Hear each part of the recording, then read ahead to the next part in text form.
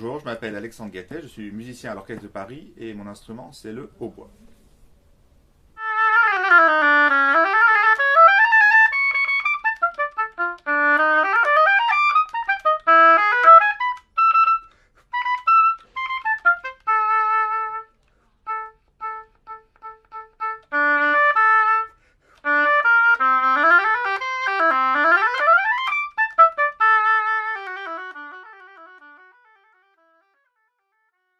C'est un instrument à vent, comme vous avez pu remarquer.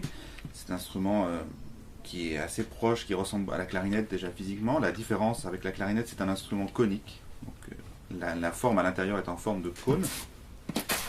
Ça. Donc ça commence par un trou assez petit et ça finit par un trou assez gros. Donc contrairement à la clarinette qui est cylindrique de la même forme, ça c'est un instrument conique qui peut se diviser en plusieurs parties. Donc, le corps du haut, le corps du bas, le pavillon qu'on peut démonter, je ne vais pas le faire. Ça c'est juste parce que c'est plus pratique pour le transporter. L'instrument, comme vous voyez maintenant, a beaucoup de clés. Je ne sais pas exactement le nombre, mais en tout cas il y en a énormément par rapport au bois baroque qui lui avait 2 clés. Donc le hautbois de l'époque de Lully, de l'époque de Telemann, de compositeurs Couperin, donc le XVIIe et XVIIIe siècle. Il n'avait que 2 clés, donc celui-là s'est beaucoup perfectionné pour pouvoir avoir une justesse plus précise, pour pouvoir avoir d'autres notes, développer un peu l'ambitus et la tessiture. Voilà, donc des clés qui servent par exemple à faire bouger. Si on appuie sur cette clé-là, ça lève ça, ça bouge ça, pour avoir un si bémol grave et tout un tas de subtilités.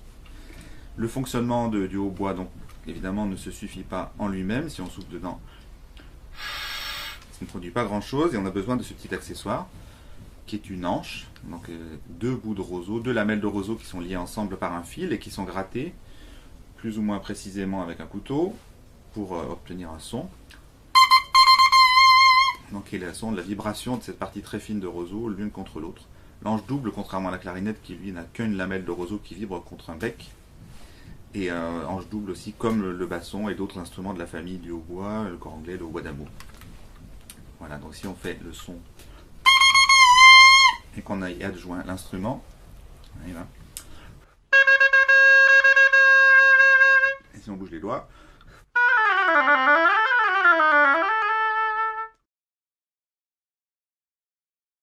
donc comment on fait un son pour jouer du hautbois? Donc on souffle comme on l'a vu, dans l'anche double.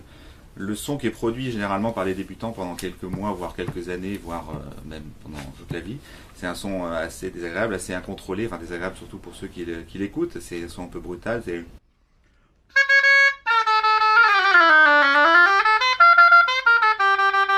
Voilà, et petit à petit, au fur et à mesure des années, on apprend donc à changer sa position d'embouchure, à travailler un peu avec les lèvres, à travailler la vitesse de l'air, surtout la forme de la bouche pour pouvoir en produire un son un tout petit peu plus rond et un tout petit peu plus agréable.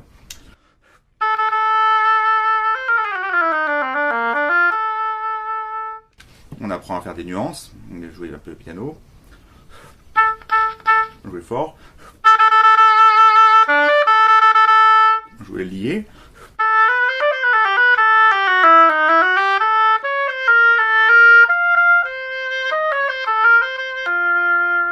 Jouer détaché. Jouer vibré.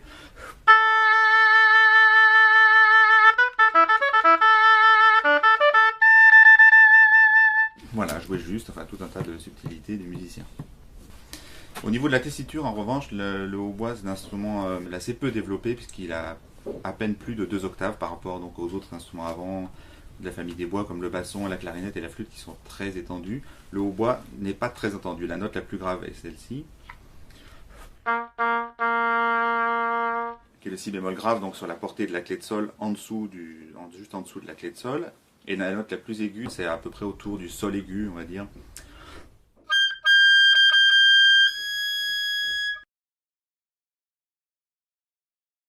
C'est l'instrument qui accorde l'orchestre. Donc voilà, c'est le hautbois solo. Moi en l'occurrence et mon collègue Michel Benet qui nous levons pour accorder l'orchestre. D'abord donner le la au vent et après le donner aux contrebasses et ensuite à tout le reste des cordes. Pourquoi le hautbois donne le til de la? Je pense qu'il y a une raison aussi historique du fait qu'à une époque plus ancienne, c'était un instrument un peu difficile à accorder. Le timbre du hautbois est un timbre qu'on entend assez bien, même si tous les instrumentistes jouent, on perçoit toujours quand même le son du hautbois, donc c'est plutôt facile pour les cordes, même si les collègues s'accordent à côté sur des cordes, on entend toujours le la du hautbois. C'est un instrument assez riche en harmonique, qui a un spectre harmonique très plein, donc on entend globalement toujours. Et c'est aussi pour ça que de nombreux compositeurs l'ont utilisé. Il y a un répertoire symphonique très, très important, avec beaucoup de solos de hautbois. C'est un instrument qui est beaucoup utilisé dans des solos généralement expressifs. C'est un instrument assez vocal. Le timbre ressemble beaucoup à la voix, donc c'est souvent des mélodies très chantées. C'est pas un instrument très véloce, c'est pas un instrument très technique et très virtuose. Quoique, mais en tout cas dans le répertoire symphonique, il n'est pas utilisé tel quel, contrairement à la clarinette et à la flûte. Un des meilleurs exemples, c'est le concerto pour violon de Brahms dans le deuxième mouvement, où le compositeur a préféré mettre le thème, qui est le thème donc, du mouvement, a été mis au hautbois avant d'être mis au violon, ce qui a beaucoup fâché le violoniste qui l'a créé à l'époque, qui était un peu frustré de voir le beau thème exposé d'abord au hautbois.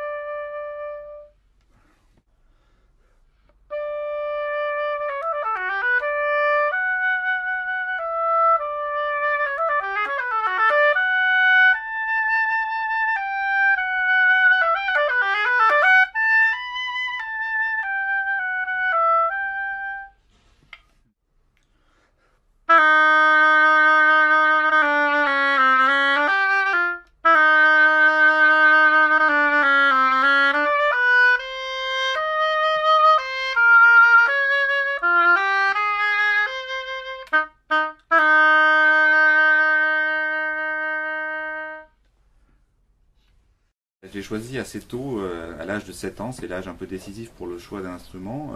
Moi, je n'étais pas à Paris, j'étais en province, j'étais à Albi. Et au moment de choisir les instruments, je me rappelle, j'étais avec mes parents. Et donc la dame au secrétariat, au moment de remplir la fiche, où évidemment les classes de violon, piano, guitare sont toutes bien complètes, elle dit, ben, on vient de recruter un professeur de hautbois, donc la classe est évidemment pas complète. Est-ce que vous pensez que ça intéresse de jouer du hautbois? Et moi, je venais d'écouter du hautbois la semaine d'avant dans un concert scolaire organisé par mon école primaire, et que l'instrument qui m'avait le plus plu des trois était le hautbois. Donc c'est un peu un concours de circonstances qui fait que à ce moment-là, j'ai dit, bah oui, j'étais déjà pas contrariant à l'époque, et j'ai dit, j'aime bien essayer le hautbois. J'ai eu dès le début un contact assez bon avec l'instrument. C'est un instrument, on va dire, assez morphologique. Il y a une combinaison qui se fait ou qui ne se fait pas au niveau de la forme de la bouche, la manière de souffler. J'ai eu l'impression que ça marchait assez vite. Le son n'a pas été très difficile à produire. Et les progrès sont allés assez vite dans les premières années. Donc je me suis vite familiarisé avec cet instrument. Et en plus, j'étais très bien entouré, ce qui fait que voilà, j'ai pu continuer vraiment de manière très efficace dans mes plus jeunes années. Mon solo préféré, celui que je préfère jouer, que j'attends avec impatience, c'est un extrait de la troisième symphonie de Beethoven, donc la symphonie héroïque. Il ne s'agit pas du passage dans la marche funèbre dans le deuxième mouvement, mais plutôt à la fin du quatrième mouvement.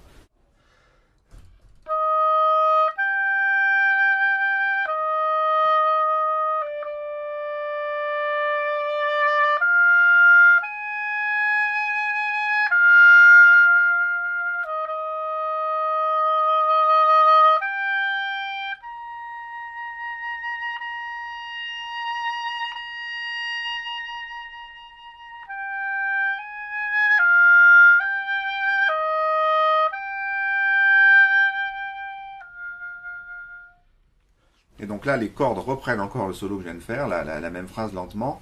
Et il y a un petit conduit de clarinette. Si, do, ré, mi, fa, sol, la. Et après, donc il y a ma phrase préférée qui est quelques notes, on va dire 7-8 notes, c'est vraiment ça.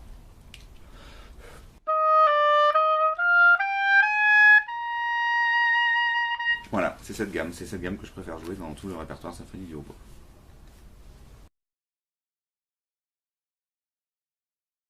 La question qu'on pose le plus souvent, qui est d'ailleurs une question que vous m'avez posée, c'était pourquoi avoir choisi le hautbois.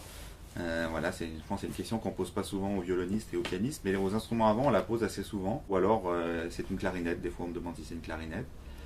Et la chose aussi qu'on dit le plus souvent, qui n'est pas forcément une question, mais qui est une remarque, qui fait toujours plaisir d'ailleurs après le concert, c'est les gens qui disent oh, ça a l'air difficile le hautbois quand même. Vous avez l'air de souffrir quand vous jouez. Voilà, celle-là, c'est une qu'on entend souvent aussi et qui fait partie des classiques.